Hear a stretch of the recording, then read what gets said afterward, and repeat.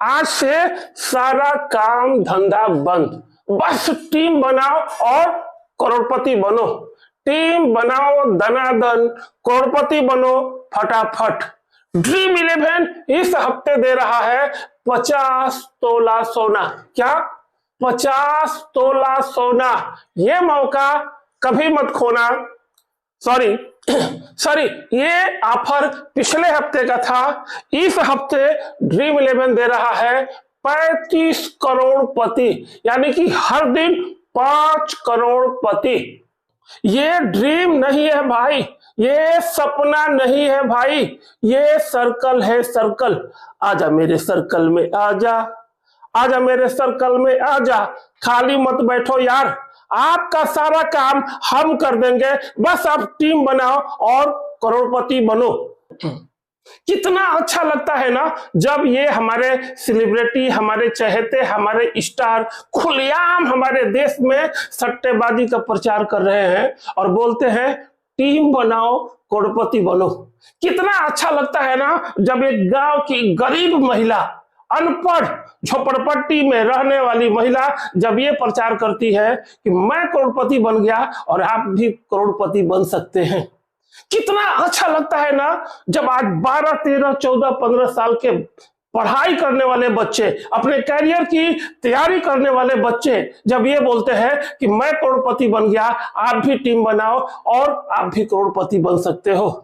नमस्कार साथियों, मैं हूं मनोज शेखर और आज की वीडियो बहुत ही खास होने वाली है। आज के इस वीडियो में आप जानेंगे ड्रीम 11, माई 11 फैंटेसी ऐप कितना सच, कितना झूठ, कितना रियल है और कितना फेक है। क्या ये लीगल है, क्या ये इलीगल है, जानेंगे इस वीडियो में। आपके पास कितना चांस है इसमें जीतने का, क्या कहता है इसका कैलकुलेशन, क्या कहता है इसका गणित, और आज के डेट में हमारे देश और समाज में इसका कितना बड़ा व्यापक असर पड़ रहा है, सब कुछ जानेंगे इस वीडियो में। अगर हमारा यह वीडियो आपको अच्छा लगता है तो देश हित में, समाज हित में अधिक से अधिक लोगों के बीच आप शेयर करिए। तो आइए सबसे पहले हम इसकी लीगलिटी के बारे में बात करते हैं। बहुत सारे लोगों को लगता है कि टैक्स काट के इनाम मिल रहा है तो लीगल होगा, जबकि ऐसा नहीं है। सरकार का कोई भी प्रतिनिधि अब तक इस बात को स्वीकार नहीं करता है। बहुत सारे लोगों ने इसके खिलाफ सुप्रीम कोर्ट में याचिका दाखिल की है। तो इसके पक्ष में जो तर्क दिया गया कि ये गेम ऑफ माइंड है, ये गेम ऑफ स्किल है, इसलिए टैक्स तो बनता है। साथियों, अगर ये खेल गेम ऑफ माइंड है, गेम ऑफ स्किल है, तो महेंद्र सिंह धोनी, विराट कोहली जैसे लोग हर मैच में शतक लगाते हैं, जबकि पूरी तरीके से ये खेल गेम ऑफ माइंड ना होकर, गेम ऑफ स्किल ना होकर गेम ऑफ लक भी है। क्योंकि हर पल, हर मैच में परिस्थितियां आपके अनुकूल नहीं होंगी, पिच आपके अनुकूल नहीं होंगे, मौसम आपके अनुकूल नहीं होंगे। और क्रिकेट के बारे में मैं भी और आप भी हजारों लाखों बार कमेंट्री में सुन चुके हैं कि क्रिकेट अनिश्चितताओं का खेल है, यानी कि यहाँ पे कभी भी कुछ भी हो सकता है, बाजी कभी भी पलट सकती है, जब तक कि मैच का आखिरी गेंद ना फेंक लिया जाए। इसलिए साथियों, ये game of skill, game of mind के साथ साथ गेम ऑफ लक भी है। सरकार को क्या आपत्ति है? सरकार को टैक्स मिल रहा है, वो भी 60%, 30% विजेता से और 30% आयोजक से। भला आप जरा खुद सोचिए, सरकार को इस पे क्या आपत्ति होगी? जिस तरीके से बिहार में दारू बंद है, उसी तरीके से दिखावे के लिए कुछ राज्यों में इसको बैन किया गया है, जैसे आंध्र प्रदेश, तेलंगाना, असम और नागालैंड में पूरी तरीके से इसको बैन किया गया है। साथियों, आइए हम अब इसके कैलकुलेशन के बारे में जानते हैं, क्या कहता है इसका गणित। इसको जानने के लिए चार बातें पूरी तरीके से जानना जरूरी है। अगर ये चार बातें आप जान गए तो पूरी तरीके से इसका जो फंडा है, ये जितने भी गेमिंग एप्स है, ये जितने भी सट्टेबाजी एप्स है, पूरी तरीके से आपके सामने क्लियर हो जाएगा। नंबर 1, बहुत सारे लोगों से पैसा लेकर और कुछ एक दो लोगों को पैसा बांटना, यानी कि लोगों का ही पैसा लोगों में बांटते हैं। अपने घर से गेहूं बेचकर किसी को विजेता नहीं बनाते हैं, यानी कि आप ही का पैसा लाखों करोड़ों लोगों से इकट्ठा किया हुआ पैसा और कुछ एक लोगों में बांटते हैं। जैसा कि आईएएस पीसीएस के कोचिंग की तैयारी कराने वाले ये कोचिंग वाले करते हैं। उनके पास हजारों बच्चे पढ़ते हैं, लेकिन एक दो कहीं से विजेता बनते हैं और उन्हीं का पोस्टर, उन्हीं का बैनर पूरे देश भर में प्रचार करते हैं कि ये देखो मेरा विजेता बन गया। अगर उनके पास कोई बच्चा पास भी नहीं होता है तो किसी दूसरे बच्चे को पकड़ के लालच देके उनको विजेता दिखाते हैं। नंबर 2, आप जीतो या ना जीतो, उनके जीतने का चांस हर मैच में 100% नहीं 500% है। वो हर हालत में प्रॉफिट में होंगे, वो हर हालत में जीतेंगे।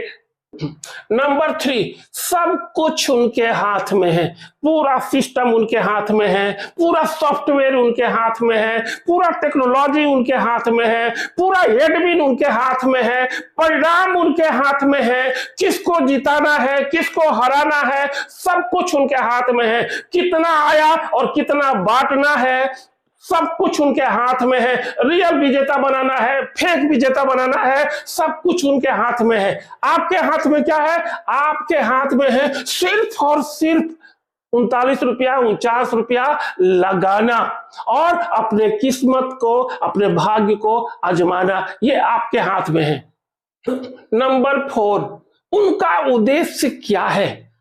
आपको जिताना या खुद को जिताना, आपको प्रॉफिट में रखना, आपको विजेता बनाना या खुद को मजबूत बनाना, खुद को प्रॉफिट में रखना। हमें उनके उद्देश्य को पकड़ना है। साथियों, हमारे देश में बहुत सारे लोगों की एक मानसिकता बन गई है कि इतना बड़ा नेता बोल रहा है तो सब कुछ ठीक होगा, इतना बड़ा टीवी मीडिया चैनल वाला दिखा रहा है तो सब कुछ ठीक होगा, इतना बड़ा सेलिब्रिटी बोल रहा है, इतने बड़े हीरो हीरोइन बोल रहे हैं, इतने बड़े स्टार क्रिकेटर बोल रहे हैं तो सब कुछ ठीक होगा, इतनी ज्यादा भीड़ बोल रही है तो सब कुछ ठीक होगा। साथियों, हमें उनकी बातों में न आकर हमें उनके उद्देश्य को पकड़ना है कि इनका उद्देश्य क्या है। अगर हम उद्देश्य को पकड़ते हैं तो सब कुछ क्रिस्टल की तरह क्लियर हो जाएगा। इतने बड़े स्टार, इतने बड़े सेलिब्रिटी अगर दारू, गुटखा, सिगरेट का प्रचार कर सकते हैं तो याद रखिए ये कुछ भी बोल सकते हैं,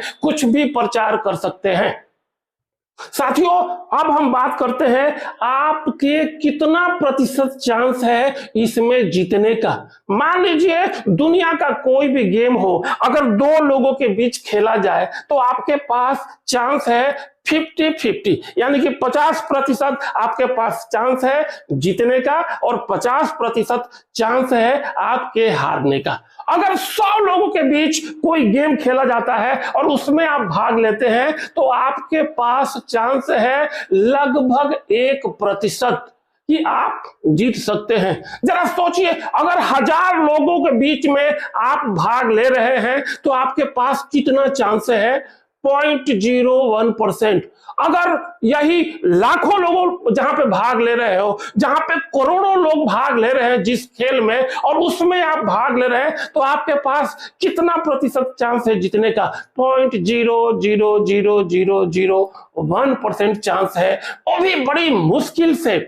अगर आप ब्रह्मा जी के जरिए स्पेशल अपना तकदीर लिखवा के लाए होंगे और ब्रह्मा जी ने आके आपके सपने में बोला होगा कि नहीं आप जीत सकते हो, तब तो ठीक है, अन्यथा बहुत ही कम चांस है आपके जीतने का। चलिए इसको हम दूसरे अर्थ में समझते हैं। मान लीजिए 1 करोड़ लोग 49 रुपया लगाते हैं तो एक मैच में 49 करोड़ रुपया कंपनी के पास हो जाता है। अगर उसमें से 10% लगभग 4 करोड़ 90 लाख रुपया भी विजेताओं में बांट देते हैं तो उनके पास बचता है 44 करोड़ रुपया, वो भी एक मैच में। जरा सोचिए, इस तरीके का सैकड़ों मैच आईपीएल में खेले जाते हैं, कंपनी को कितना बड़ा मुनाफा है। आपको तो लगता है कि हमें तो 39 रुपया लगाना है, हमें तो 49 रुपया लगाना है, लेकिन जरा सोचिए कंपनी के पास कितना बड़ा मुनाफा हो रहा है। साथियों, इन गेमिंग एप्स का आज हमारे देश में करोड़ों करोड़ों युवाओं के बीच में काफी पॉपुलर हो चुका है। इस चक्कर में बहुत सारे लोग बर्बाद हो रहे हैं, बहुत सारे लोग कर्जों में आ चुके हैं, बहुत सारे लोग आत्महत्या तक कर चुके हैं, बहुत सारे लोग पूरी तरीके से मानसिक रूप से, आर्थिक रूप से काफी परेशान हैं। मामला ये नहीं है कि चलो 39 रुपया लगा के देखते हैं, चलो 49 रुपया लगा के देखते हैं। 39 रुपया एक छोटा अमाउंट है, क्या हो जाएगा?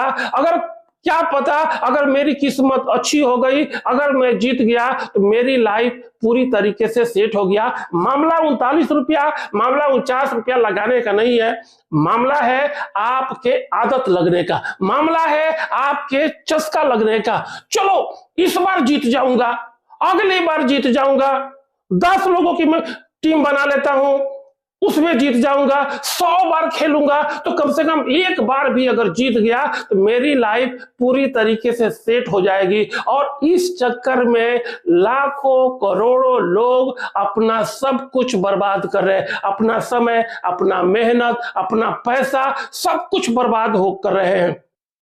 साथियों, अगर मैं 100 बार भी खेलूं तो मेरा पूरा टोटल खर्चा होगा 4,900 रुपया। अगर एक बार भी जीत गया तो मेरी लाइफ पूरी तरीके से सेट हो जाएगी। और मेरा जो है, अपने मम्मी पापा को, अपने दोस्तों को, अपने गर्लफ्रेंड को, अपने बॉयफ्रेंड को मैं पूरी तरीके से इम्प्रेस कर दूंगा, सरप्राइज कर दूंगा। और इस चक्कर में पूरी तरीके से लोग जो है बर्बाद हो रहे हैं, कर्जों में हो रहे हैं। साथियों, ये खेल आपके केवल पैसों से नहीं खेला जा रहा है, ये खेल आपके माइंड से खेला जा रहा है। वो खुद कहते हैं, वो खुद हर प्रचार में बोल रहे हैं कि इस खेल में मानसिक और आर्थिक जोखिम संभव है।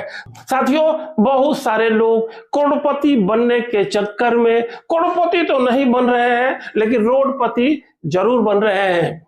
सावधान रहे, सतर्क रहे। जय हिंद, जय भारत।